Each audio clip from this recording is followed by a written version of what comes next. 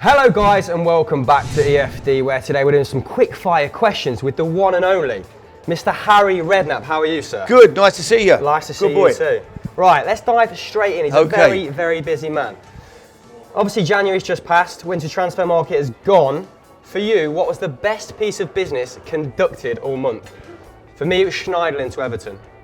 What about yourself? Well, he didn't do nothing at Man United. Why do you think he's going to do so well at Everton? Oh, I just think he'll be good next to Idrissa Gueye in that 4-2-3-1. What about yourself? Yeah, well, I liked Schneiderlin when he was at Southampton. I thought he looked a very good player. Went to Man United. Mourinho obviously didn't fancy him at all. At all. 11 minutes he got. 11 minutes. Under Mourinho, so awkward. Maybe one of Marco Silva's signings for Hull. He's done well, hasn't he?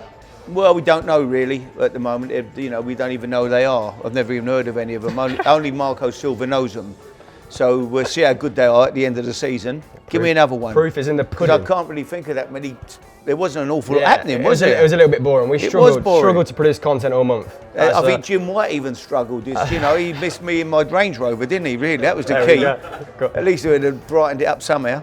All right, this might be slightly easier to answer then for you. Yeah. Twitter user Rory Ford wants to know, Harry, what was your best and worst piece of transfer business as a manager? Oh, I've had some good ones and some bad ones, like everybody. Well, if I told you my best ever signing, you would never have heard of him. Sure. And he'd have never heard of him, and no one would ever have heard of him. No, you'd never. If you have heard of this player, and you can tell me what position he played, I will give you £1,000 to a charity of your choice. Challenge is on. Challenge accepted. Okay. John Williams. Yeah. No googling. Stop the camera. No, John Williams. Sounds like a Scottish name. Did he come from the SPL? No, he never. No, he came from Port Vale. Oh, okay. And who was that? And I was manager of Bournemouth many years ago. I signed a big centre half for £20,000. He absolutely turned the club around. Came in incredible. I think we went something like 28 games to the end of the season, and we only lost one, and he was suspended that day. But Willow was a legend. Yeah. Could drink for England, and he still works now for Radio Soul and covers the Bournemouth games. I thought you might say Canu. Plucked him from obscurity. Canu scored in the FA Paul Cup Merson. final for you, yeah. I just love Willow. That was my great. That was a long while ago back at Bournemouth, and they were great days. Now more contentious, but what about the worst? Oh, Lord, too many. Let me. Cole I suppose. Fletcher, heard that story. Who's that? The kid you signed, who you thought was Ian Wright, or it was Ian? No. It was Ian Wright. No, I didn't know he was a good player. Oh, no, okay. that was Cole Richards. I read wrong. Cole Richards, no, good player. I signed him for £10,000 from Enfield, and he did fantastic for me. And I sold him for £80,000 to Birmingham, which was a lot of money in them days. No, but he gave me bad advice, information. Right, okay. He told me his mate wanted a trial, and I asked him. He'd only been with me 3 or 4 weeks, Cole Richards. He had a horrendous start to the pre-season. I asked him, and he asked me if his mate could have a trial, and I said, "Is he as good as you?" And he said, "No." And I said, "Well, tell him not to bother." And that was Ian Wright. So, oh dear. No, he wasn't my worst signing. No, probably I had Marco Boogers. He was a disaster. I signed him from Holland for £700,000, striker, West Ham. And he got sent off at Old Trafford, came on the sub, was only on the pitch 2 minutes, got sent off, and then disappeared, never saw him again, and lived in a caravan or something, went back to Holland. Quality, I mean that's easy answer to that question then. Right, obviously Frank Lampard has retired this month. What a professional, what a model professional.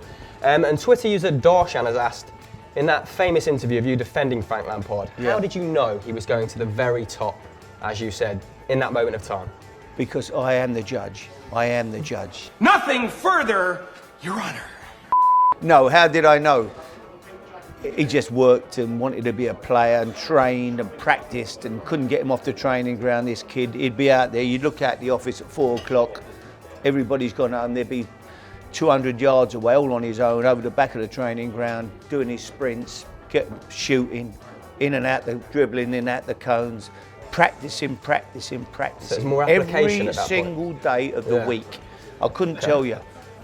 Rio was there. Rio was in the same group. And I think he rubbed off on Rio and Joe Cole and Carrick, Defoe, Glenn Johnson. Just the I trainer. think they all saw Frank and thought, and he up there training and everything. He was fantastic. Yeah. What a guy. Do you think he'll be a top manager someday? Yeah, I'm sure he will. Got what it takes? I'm sure he will. Oh, you heard it here first. The judge has spoken yet again. And if he's looking for an assistant, I'm here, Frank.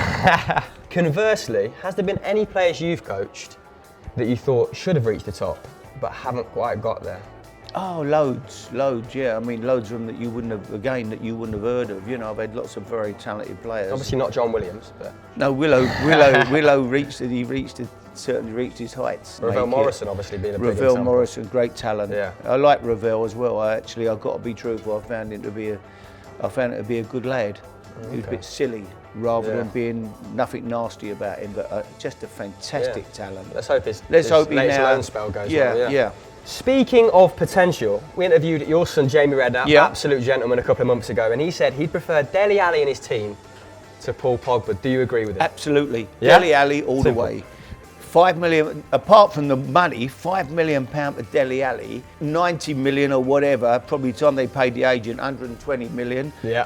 For Pogba, Dele Alli every day of the week. I think he's a fantastic player. Scores goals, just got everything. Only just 20 years of age. Insane. What a talent. And where was all them clever judges when he played for MK Dons? All these people keep looking at him, all these scouts who go and watch the games every week. What they do, they go, them scouts, they leave about 5 minutes after half time, get their expenses, and off they go, and they all sit on the fence. Well, but I don't know whether he's really good enough to, I'm not sure. And eventually, Tottenham took him. I mean, what a signing, fantastic. Did he play against Man United when they beat Man United in the Cup that day? I don't know, Joe. Would you like to answer that for us behind the camera? When they bashed Man United 4, I'm sure he played. Now, can you tell me?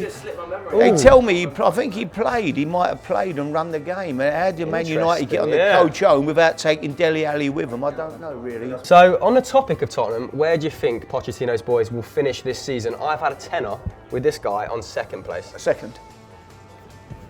You've been done there, Joe. Again, the judge has spoken. And I think they'll chase Chelsea all the way. And I think Tottenham's best 11 is better than Chelsea's best 11. I still think Tottenham's best 11 is the best 11. And not in when terms everybody's of squad depth, fit. Starting 11, I'd agree. They haven't quite got the depth, but their starting 11, fantastic. And obviously they struggled in the Champions League, didn't they? But who do you back to lift the big trophy in Cardiff this year? I think it's more open this year than it has been. Yeah, Barcelona look a little bit more fragile, don't they? So do Bayern Munich. So do Real Madrid. Do you know my outsider would be Juventus? Yeah? If I'm looking for, Higuain now? Yeah, Italian football's not what it was, but I think they'll be close. I think Man City are going to be, I can see them certainly making a semi-final. And who knows, from then on, it could be their year. This is a little bit of a rough segue here. We've got one from Tyler Pillis, a Twitter user. Harry, he wants to know who the best player you've ever managed is. I would say probably Gareth Bale. Yeah, I mean... Fantastic talent, well, amazing talent. Yeah, absolutely. Not having the greatest season, but you're obviously back into bounce back. He's been injured, Gareth. He's been injured. Mantle. He's been injured. Yeah, he is. He's got incredible talent. Could do a lot. Run, shoot, dribble, head it. I mean, he was the full package. Yeah. And we also had a question on the flip side as well. Who's the player who riled you the most as a manager? Was it David Bentley after he dumped that water over your head? No, I like Bentley. David was. I wasn't happy that night. Really, I did get the ump. I must admit, I tried to make out I was okay with it, but really, it was just I didn't hold grudge. I didn't hold a grudge against him. He just never played again. Yeah. Okay. Well, Paolo Futre, he asked for the number 10 shirt. Futre was great though. Yeah. He was a great player, Futre. Right. Fantastic footballer, Paolo Futre. He was one of the great players. Unfortunately, he came to West Ham and he picked up an injury very early, but he was an incredible footballer. Cultured left foot. Thank you very much, Harry. Nice to see you. Cracking. Don't forget to like and subscribe to Euro Football Daily. Get your comments below and catch you next time.